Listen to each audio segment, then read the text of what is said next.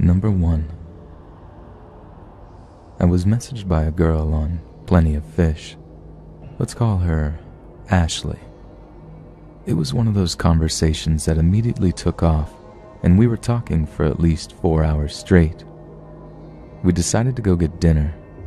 She was even better in person. Beautiful, witty, laughed at all my stupid jokes and the whole bit. We exchanged goodbyes, and that was the end of our evening. We were texting until about midnight when she says, "You're going to hate me. We should just be friends." So I'm like, okay, whatever. She calls me the next day and apologizes, so I give her a second chance. At the end of this date, we start making out like we were in middle school, and she stops us before we get too far and says she's not ready for that yet. Okay, cool. I can respect that. So I get home, and she texts me saying that I was just going to use her had we had sex and calling me a pig. Okay. So the next day, I get a text from Ashley's phone asking if I knew where she was, and I was the last person to talk to her. Her friend went to her house, where Ashley had apparently left her phone in her car, and the front door was wide open. So I told this mystery person to call the cops. When she refused, I said that I would, and lo and behold, Ashley shows up. I had just gone for a walk. Didn't know you cared about me so much, lol. Yeah, okay, I'm done with this situation. The next day I go to work. I usually leave my phone in my truck until lunch. So when I went out for lunch at noon, I had 115 new texts and 48 missed calls. Yep, that's it. I'm done. So I block her number and that's it. Wrong again. She knew where I worked and a rough estimate of the time I got off work, which is almost an hour and a half from where she lived. She tried following me home. I could see her car, and I took a roundabout way of getting home and even ran a few red lights, but managed to lose her. It's been almost a year, and I haven't heard from her since.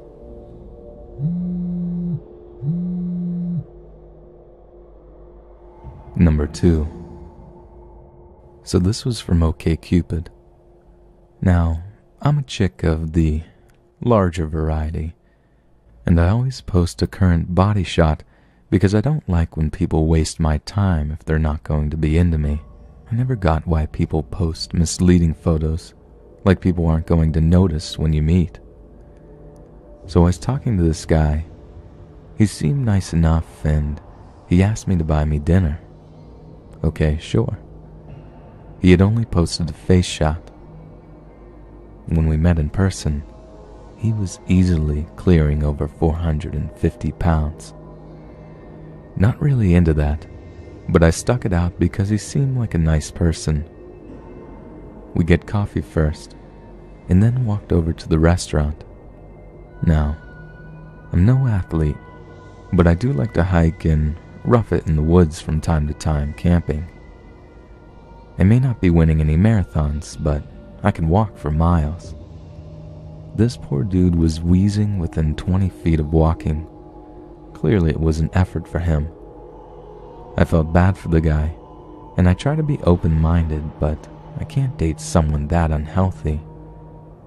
We get to the restaurant, which was really good, and he tells me about himself and his life. He told me about his roommate, who was dating a crackhead. They would fuck all over the place with the doors open, do all kinds of hard drugs, and were just slovenly dicks. He also told me he was a dom, in the BDSM sort of variety, and started to imply we could go make out later and he would top me. I said I had to leave after dinner and scooted as soon as it was polite to do so. 6 to 7 months later, I try my luck again, this time with a photographer. We got along okay, conversation went well, and in the course of the date he asked me about bad dates I've been on. I brought up the larger guy from before and mentioned the wheezing and the pushing to top me. He asked if the guy's name was so-and-so. Turns out, I was on a date with the guy's roommate. I don't use dating sites anymore.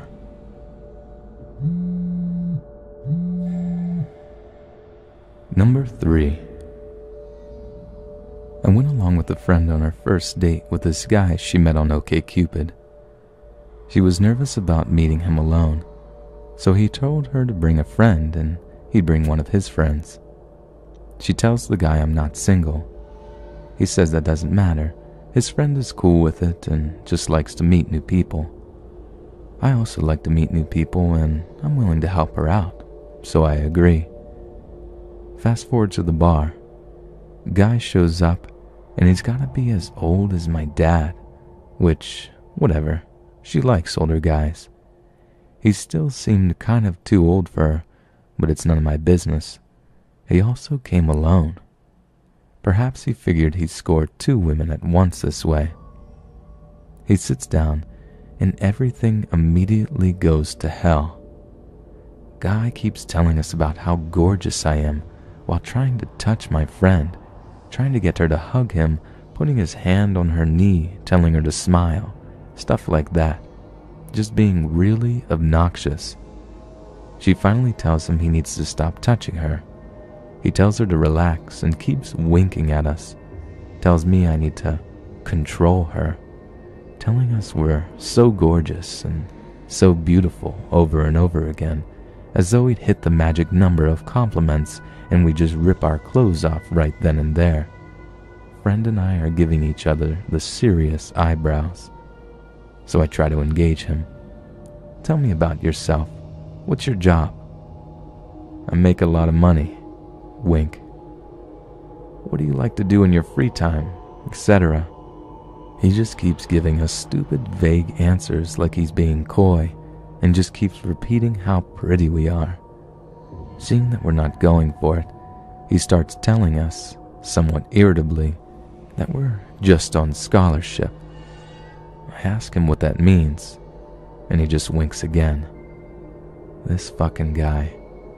So I say, let me tell you what I think that means. I think that you're upset that we're not excited that a man of your age and means is spending time trying to woo us, and that we're only behaving this way because we're young and attractive. Is that what you're trying to say? He says no. I start to ask him again what on scholarship means, and he interrupts me, holds up his finger, and says, "You're gorgeous, but you really need to stop talking." Date over. Friend and I are agape. He fucking winks again, like he didn't just tell me to shut my mouth. Friend says, "Okay, we're done here. Good night." We stand up and go to another table in the same bar. He doesn't follow, though he does come by later to apologize. Apology not accepted. Saw him around the bar later trying to foist his charms on other young women hanging about and having just about as much luck. What a douche. Number 4. Around March of 2014, I started talking to this girl on Tinder. She seemed cool and fun, and after about a week of talking, she suggested we meet up in person. She invited me to this coffee shop and I accepted. However, the day of, she started messaging me saying she had to tell me something. Her pictures on Tinder weren't actually of her, and yes, she was a guy. He claimed he really liked talking to me though, and begged me to still meet up with him. And naturally, I declined. I blocked his profile and continued on with my life. About a week later, I started talking to another girl. Once again, she seemed cool and fun and we hit it off. She asked me if I spoke to people on Tinder frequently, and rather stupidly, I told her about my previous encounter with the man lady.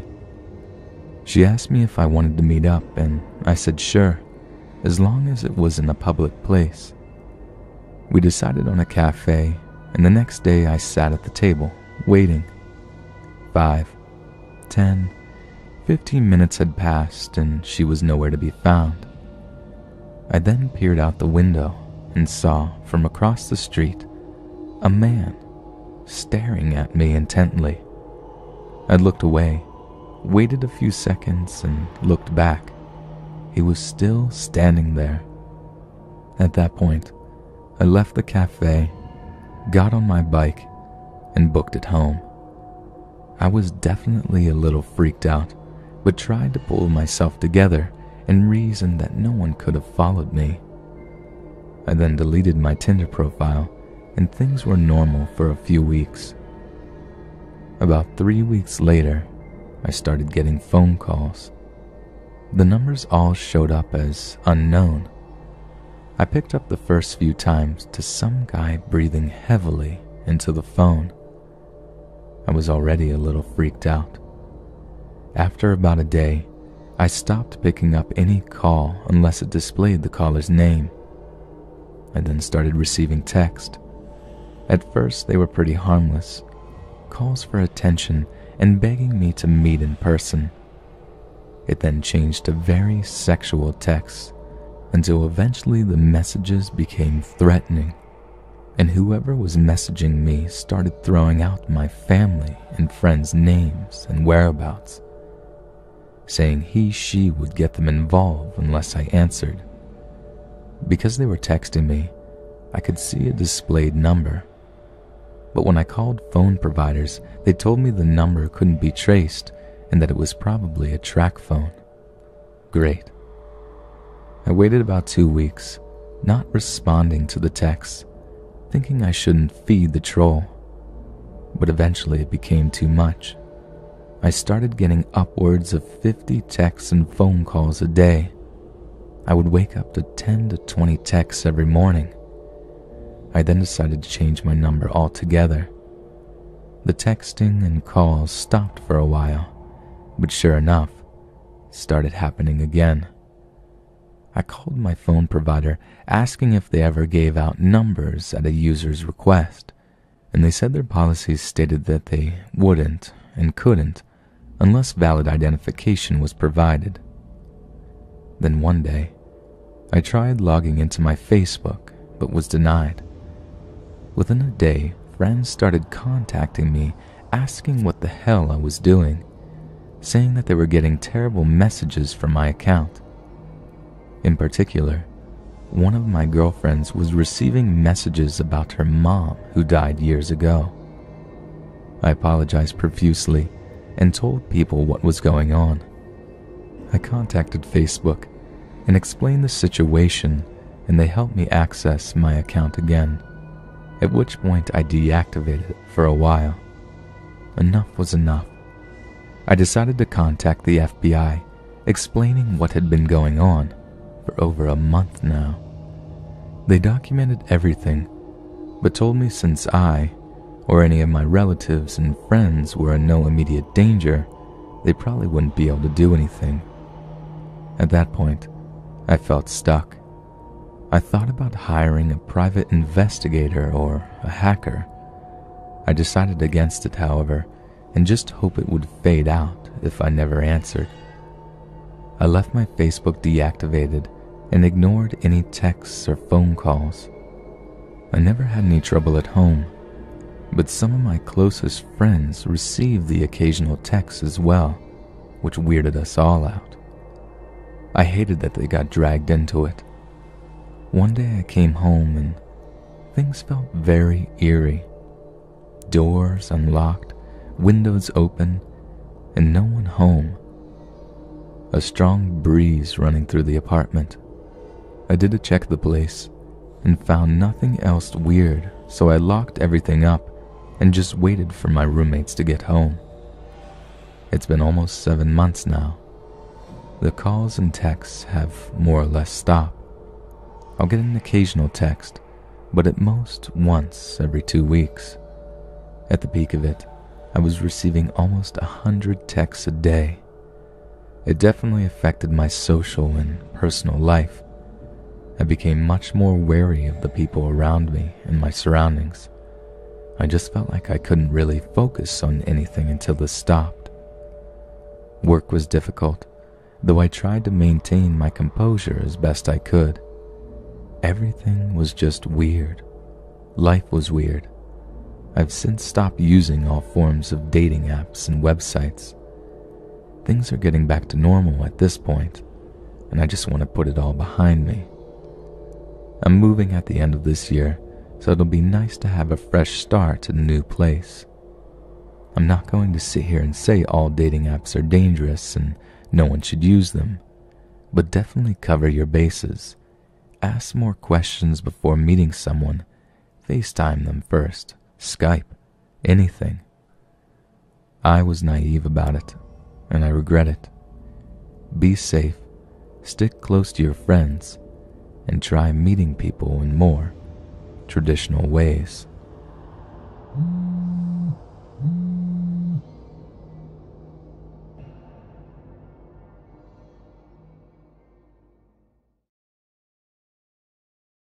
Laughed at all my stupid jokes and the whole bit. We exchanged goodbyes, and that was the end of our evening. We were texting until about midnight when she says, "You're going to hate me. We should just be friends." So I'm like, okay, whatever. She calls me the next day and apologizes, so I give her a second chance. At the end of this date, we start making out like we were in middle school, and she stops us before we get too far and 48 missed calls. Yep, that's it. I'm done. So I block her number, and that's it. Wrong again. She knew where I worked and a rough estimate of the time I got off work, which is almost an hour and a half from where she lived. She tried following me home.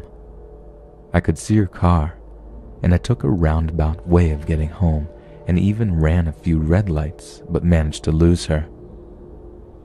It's been almost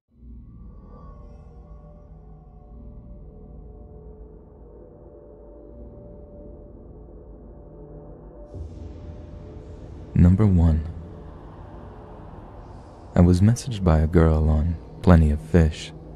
Let's call her Ashley. It was one of those conversations that immediately took off, and we were talking for at least 4 hours straight. We decided to go get dinner. She was even better in person. Beautiful, witty. Aaron says she's not ready for that yet. Okay, cool. I can respect that.